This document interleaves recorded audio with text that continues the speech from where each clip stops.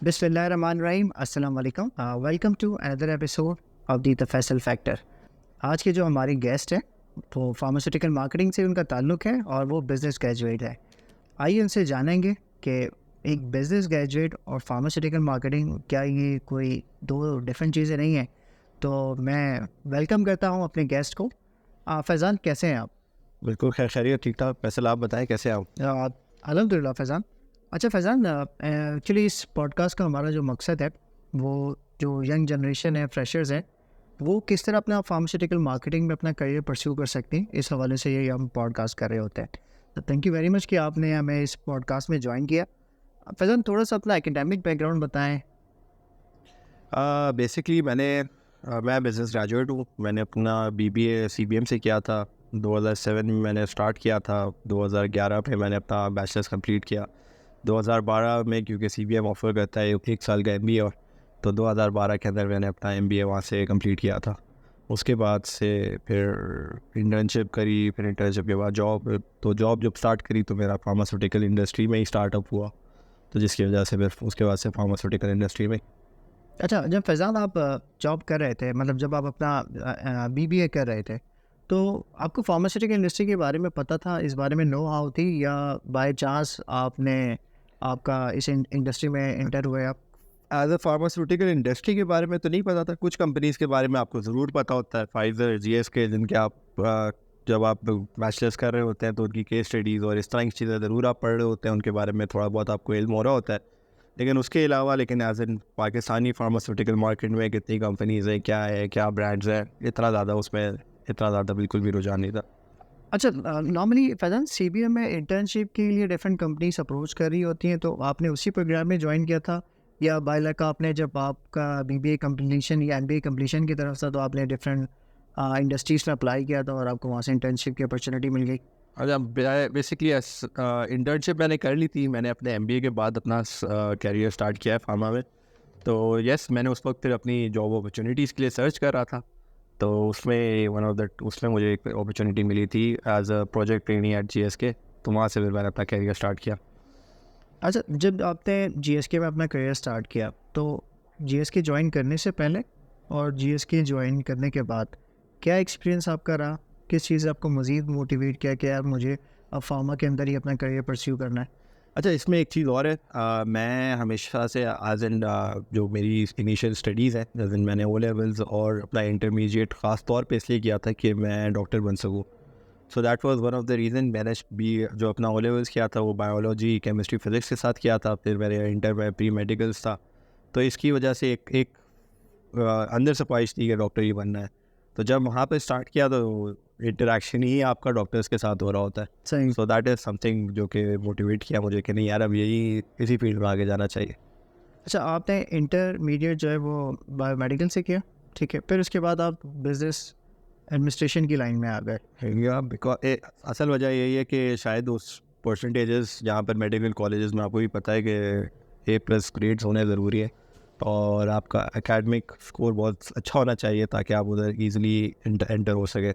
So unfortunately मैं उनमें से नहीं था, तो शायद इस वजह से मुझे फिर बैचलर्स करने पर ही जाना पड़ा।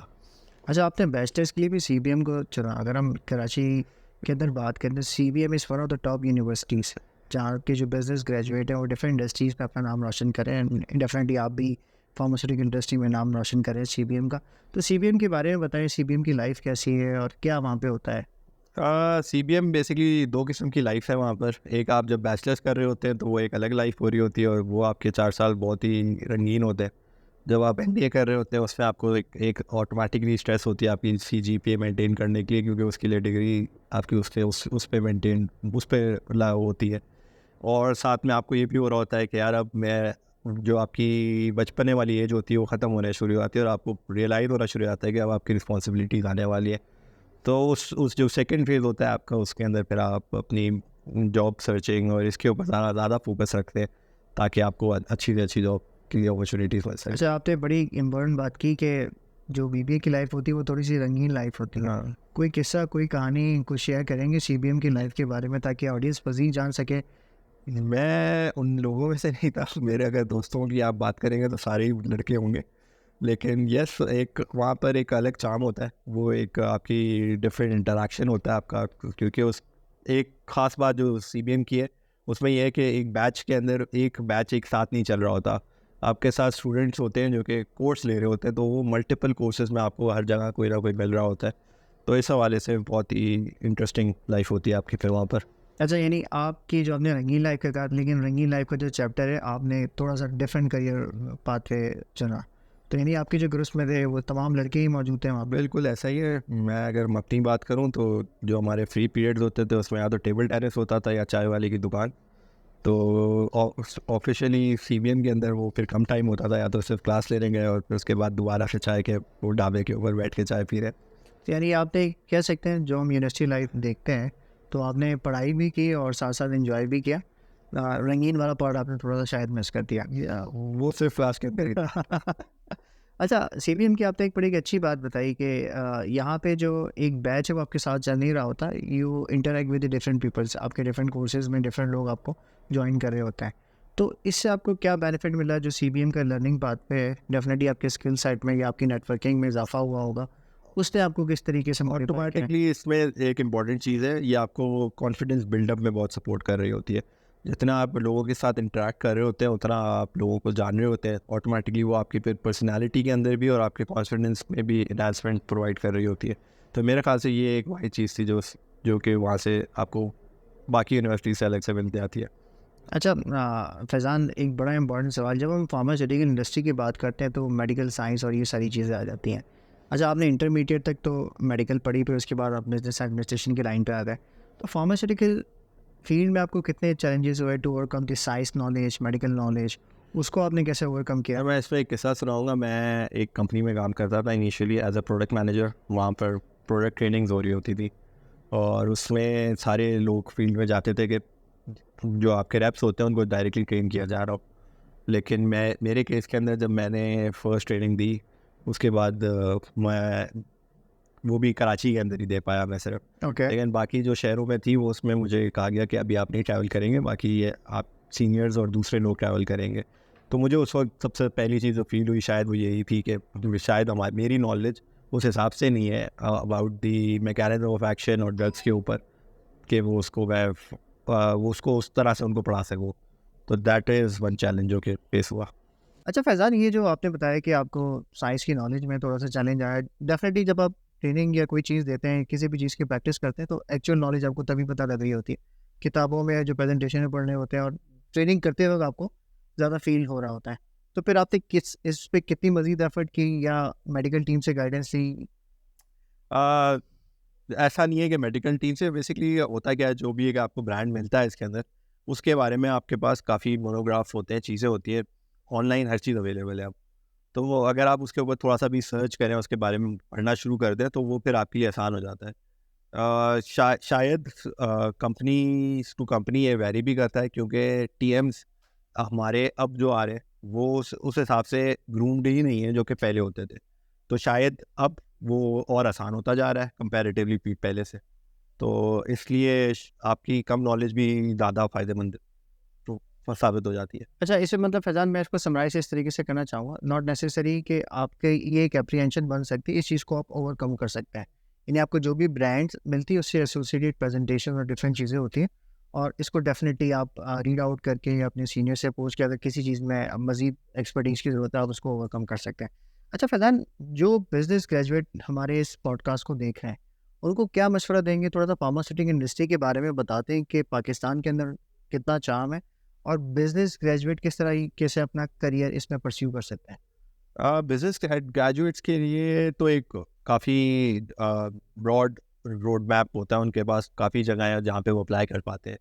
फार्मास्यूटिकल मार्केट बहुत ही नीश मार्केट है, अगर मैं उन कंपैरिजन करूँ बाकी मार्केट से, अगर कंज्यूमर गुड्स की मार्केट से बात करें या किसी और एडवर्टाइजमेंट की या मीडिया की, तो उसके बाद अगर फार्मास्यूटिकल के अंदर आए तो ये बहुत ही उस हिसाब से तो बहुत नीश मार्केट है।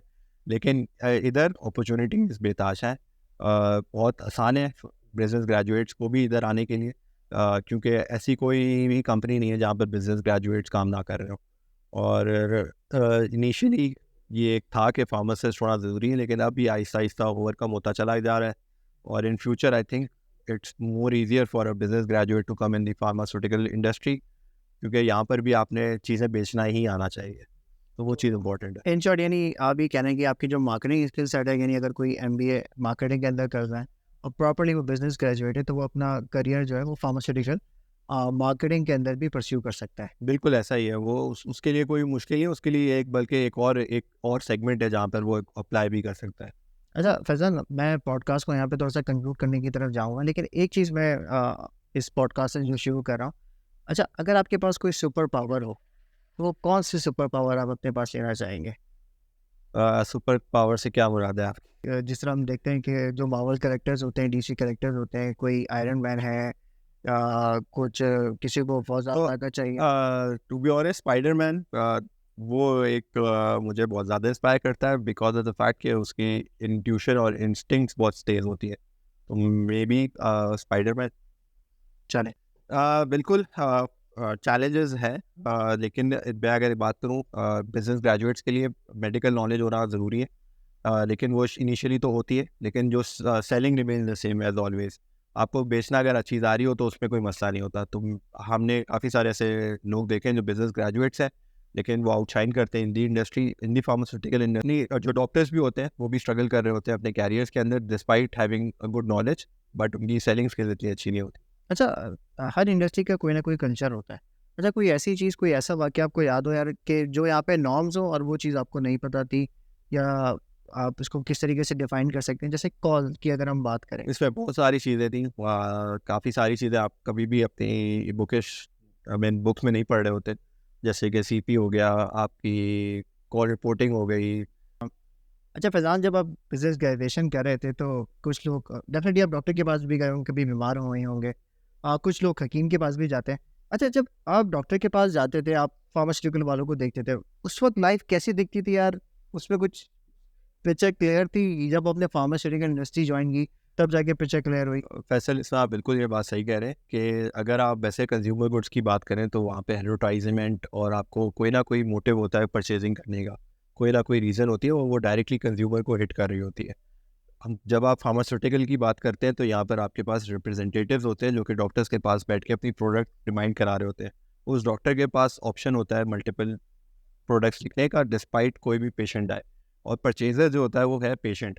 तो उधर इन्फ्लुएंस डॉक्टर करने वाला है, परचेज करने वाला पेशेंट होता है। तो ये एक बिल्कुल ऐसा है कि कभी भी ना सॉल्व होने वाली सिचुएशन हो जाती है कि एक डॉक्टर पे इतनी ज़्यादा इन्वेस्टमेंट और उस पे इतना टाइम लगाना, जबकि वो खरीदने वाला भी नहीं है, और उसके बाद उसको एनालाइज करना वो कैसे होता होगा इस इंडस्ट्री के अंदर। लेकिन जब से इस इंडस्ट्री के अंदर आया हूँ मैं, तो yes we have a lot of analytical tools जो कि यूटिलाइज हो रहे होते हैं इन चीज़ों के ऊपर मालूम करने के लिए कि डॉक्टर की क्या हैबिट है, वो क्या प्रिस्क्राइब कर रहा है, क्यों प्रिस्क्राइब कर रहा है, और वो किसको प्रिस्क्राइब कर रहा है। तो उसके बाद ये फिर थोड़ा बहुत क्लियर होना शुरू हो गया कि यार ये पूरा साइकिल ही अलग है comparatively to the consumer market. ज़बरदस्त। अच्छा फैज़ान, कोई ऐसा यादगार वाक़या कुछ आप सुनाना चाहेंगे यार कि वो आपका बड़ा ही खुशगवार लम्हा था, या कोई एक फ़नी मोमेंट हो गया था? कुछ इस तरह की कोई सीन आपको याद हो तो? एक चीज़ ज़रूर है, क्योंकि मेरी वाइफ खुद डॉक्टर है, तो उससे मैं ज़रूर हर रोज़ ही ज़लील हो रहा होता हूँ कि तो तुम्हारा ना कुछ नॉलेज है ना कुछ पता है, और काम तुम्हारा ये है कि डॉक्टर के पास जाके खड़े होना। तो यस ये एक चीज़ है जो मेरे साथ चलती हुई आ रही है। अच्छा, ये आपकी मिसेज़ डॉक्टर, और डेफ़िनेटली जो डॉक्टर और फार्मास्यूटिकल इंडस्ट्री के जो रिलेशन है, आई होप सो कि वो रिलेशन भी स्ट्रॉन्ग हो। तो बिल्कुल ऐसा ही है, वो बहुत स्ट्रॉन्ग है, अल्हम्दुलिल्लाह रिलेशन है। चलें, अच्छी बात है। अच्छा फैज़ान, अ, कोई कोई और चीज़ आपको, कोई एडवाइस देना चाहेंगे हमारी ऑडियंस को? फार्मास्यूटिकल इंडस्ट्री काफ़ी अच्छी इंडस्ट्री है, ना ख़त्म होने वाली इंडस्ट्री है। आपको पता है कि बीमारियाँ तो कभी भी ख़त्म नहीं होंगी, तो अपॉर्चुनिटीज़ इधर बहुत ज़्यादा है। तो अगर कोई भी business graduate he can always apply here, उसके लिए ये नया वेन्यू है जहाँ पर वो आके अपने आप को आउट परफॉर्म कर सकता है। कोई पर्टिकुलर स्किल सेट उसके पास होना चाहिए? बेसिकली मार्केटिंग स्किल्स हैं जो कि वो अपनी एजुकेशन से के थ्रू लेकर आ रहा होता है, वही वही ही एक मेजर चीज़ है जो कि उसको आउटशाइन कराती है। Faizan, thank you very much. बहुत अच्छा लगा आपके साथ ये पॉडकास्ट करके, और डेफ़िनिटली जो हमारे देखने वाले व्यूअर्स हैं, पर्टिकुलरली बिज़नेस ग्रेजुएट्स, उनके लिए काफ़ी ज़्यादा फ्रूटफुल होगा। तो इस तरह की मज़ीद वीडियोज़ देखने के लिए इस चैनल को सब्सक्राइब करें, द फैसल फैक्टर।